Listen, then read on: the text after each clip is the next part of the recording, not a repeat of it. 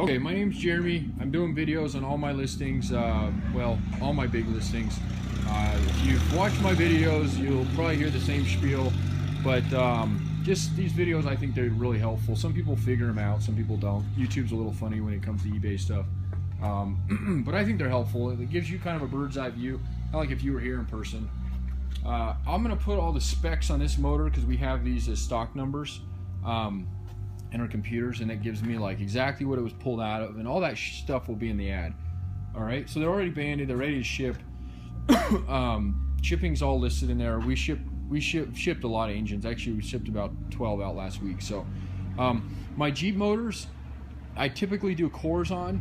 I'm doing a special until the end of February. I'm not charging a core if you contact us directly. So if we go around eBay, it saves us the fees. In turn, I'll save you the fees and not make you send me back a core, which can be kind of a pain. If you really want to go through eBay, that's no problem. There's a core fee on there, and you don't have to send it back. You can just pay the core fee. It's not a lot. It's 150 bucks on most motors, or you can send it back to me and and we'll go from there. This one's got 150,000 miles, 150, 152. So one thing I want to say about my miles, and I'm not trying to talk this motor down or anything like that, because this one looks like it probably does have about that on it.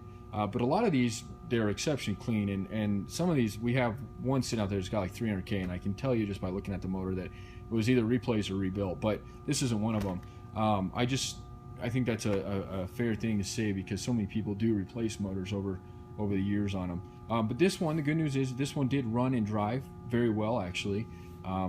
And I recently purchased Jeeps Unlimited. I had Highline 4x4, now we're combined. An American 4x4 truck was out here as well. So I got a lot of non-Jeep stuff as well. We're going to get rid of that stuff and hold on to our more Jeep stuff. So I believe this was out of a Grand Cherokee. I think it's a 5.2 liter, pretty sure. But again, I'm going to double check on that. I got my stock number to do that. So I'll fill the ad itself with everything.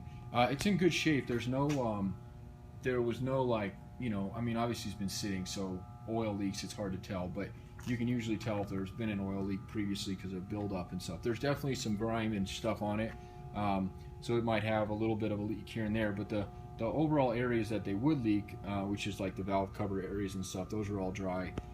The oil pan, stuff like that. And actually the motor's in exceptionally good condition. Everything you see is what you get.